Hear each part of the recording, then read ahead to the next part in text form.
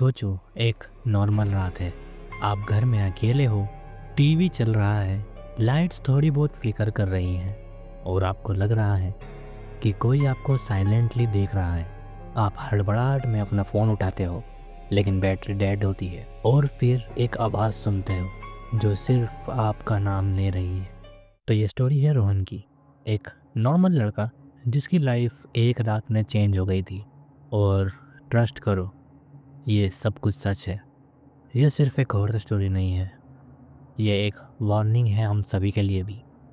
तो रोहन 17 साल का नॉर्मल एक लड़का था जो स्कूल जाता था, स्पोर्ट्स और वीडियो गेम्स में बिजी रहता था, थोड़ा इंट्रोवर्ट था और अपनी ही दुनिया में खोया रहता था। अस रोहन बाई अस। तो उसका घर एक शांत रेजिडेंटल एरिया में था, 2 मंजिल का, जिसमें एक बेसमेंट था और साथ में एटिक भी। फैमिली की बात करें तो रोहन की फैमिली में टोटल 4 लोग थे। रोहन, उसकी मॉम, उसके डैड और उसकी बहन।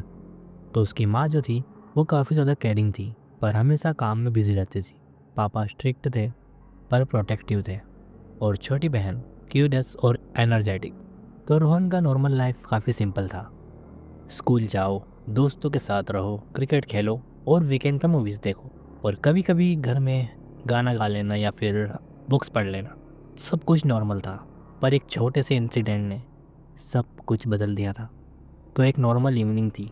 रोहन अपने रूम में गेम्स खेल रहा था। रूम में लाइट्स थोड़ी फ्लिकर हुई और रोहन ने नोटिस किया कि शैडोज़ कुछ अलग मूव कर रही हैं। मतलब जो उसके कमरे में ऑब्जेक्ट्स थे, उनकी शैडोज़ थोड़ी अनयूजुअल तरीके से मूव हो रही है। शुरू में उसने सोचा कि ये सब इमेजिनेशन है, पर फिर ये छोटी छोटी चीज़ें रिपीट होने लगी। टीवी खुद ब खुद ऑन ऑफ होने लगा। ऑब्जेक्ट्स रूम में थोड़ी मूवमेंट दिखाने लगे, जैसे कि अगर उसने अपनी वॉच टेबल पर रखी है तो उसे ज़मीन पर पड़ी मिलती, या फिर अपना तकिया कहीं और मिलता, फ़ोटोज़ कहीं और मिलती। और मिरर में रिफ्लेक्शंस स्लाइटली डिले से फॉलो कर रहे थे। मतलब होता है ना, हम जब कांच में देखते हैं तो हमारा रिफ्लेक्शन हमारे साथ में बिल्कुल मूव करता है एग्जैक्ट टाइम पे, पर उसके साथ ऐसा नहीं हो रहा था। और रोहन अपने आप से बात करने लगा था, जैसे उसके पास कोई इनविजिबल फ्रेंड हो। तो फैमिली ने इनिशियली कोई प्रॉब्लम नोटिस नहीं की, पर धीरे धीरे करके सारे इंसिडेंट्स बड़े लगने लगे थे, क्योंकि अगले ही कुछ दिनों में रोहन का बिहेवियर और ज़्यादा इंटेंस हो रहा था। स्कूल में फ्रेंड्स नोटिस करने लगे कि वो अपनी यूजुअल वॉइस में बात नहीं कर रहा था, उसकी वॉइस चेंज हो रही थी।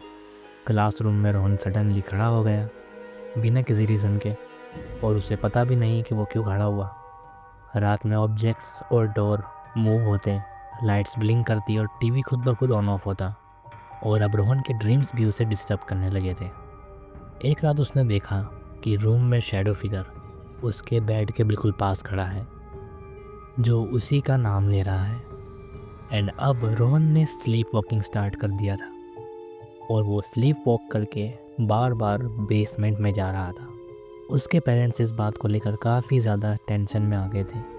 तो एक रात रोहन ने मम्मी को फ़ोन किया। रोहन ने कहा कि माँ, मुझे लग रहा है कि कोई मुझे देख रहा है। उसकी माँ रूम में आई और देखा रोहन की आंखें स्लाइटली वाइट ग्लो कर रही थी। एक्सप्रेशन बिल्कुल अननेचुरल से थे, और ये सिर्फ शुरुआत थी। और अब तो रोहन सब जगह अजीब बिहेव करने लगा था। तो फ्रेंड्स और टीचर्स ने भी अब नोटिस करना स्टार्ट कर दिया। फ्रेंड्स के साथ बात करते हुए देर से जवाब देना, अजीब से एक्सप्रेशन बनाना, और बहुत ही डीप वॉइस में बात करना। क्लास में इनअटेंटिव और ओकेजनली एग्रेसिव बिहेवियर। उसकी फैमिली ने फाइनली डिसाइड किया कि एक प्रीस्ट को बुलाया जाए, क्योंकि जिस तरह से रोहन के साथ चीज़ें हो रही थी वो कोई बीमारी नहीं थी, और उसके पेरेंट्स इस बात को बहुत अच्छे से समझ रहे थे। तो प्रीस्ट आता है एंड रिचुअल्स स्टार्ट करते हैं, चैंटिंग, होली वाटर और फायर रिचुअल्स। रोहन के बॉडी अनकंट्रोलेबल हो जाती है, ऑब्जेक्ट्स फ्लाई करने लगते हैं, एंड पूरे घर में शैडोज मूव कर रही होती है। और रोहन डीप वॉइस में बोलने लगता है, जो ह्यूमन लैंग्वेज नहीं थी। फैमिली पैनिक में आ जाती है, प्रीस्ट भी थोड़ा घबरा जाते हैं, और रोहन का बिहेवियर और अनप्रिडिक्टेबल होता जा रहा था। उसकी बॉडी बैंड हो रही थी, ऐसे एंगल में जिसमें नॉर्मल ह्यूमन बॉडी बैंड हो ही नहीं सकती। उसकी आवाज़ और ज़्यादा डीप होने लगी थी, गला फटने लगा था और शैडो मूवमेंट्स और ज़्यादा बढ़ रही थी। ऑब्जेक्ट्स इधर उधर उड़ रहे थे, जिसमें से प्लेटें उसके फादर के सर पे लगी।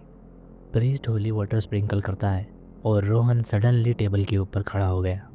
पेरेंट्स चिल्लाने लग जाते हैं, बहन चुप जाती है, लेकिन रोहन बोलने लगता है। उसकी आवाज़ किसी को समझ नहीं आ रही थी। तो अगर आपको स्टोरी अभी तक सस्पेंसफुल लग रही है तो वीडियो को लाइक करें और कमेंट में बताएं कि आप पोजेशन में बिलीव करते हो या नहीं। और हाँ, अगर आप और ऐसे रियल हॉरर स्टोरीज सुनना चाहते हो तो सब्सक्राइब करना मत भूलना, आगे और भी वीडियोस आने वाली है। So let's get back into the story.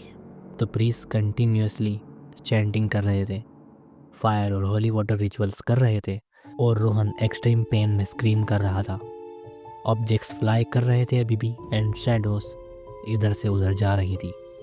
Her ritual के बाद पोसेशन टेम्पररी वीकन होती, पर फिर इंस्टेंटली स्ट्रोंगर भी होती जाती। लेकिन बहुत ज़्यादा मेहनत करने के बाद, लिटरली पूरी रात रिचुअल्स करने के बाद रोहन ग्रेजुअली थोड़ा काम होता है।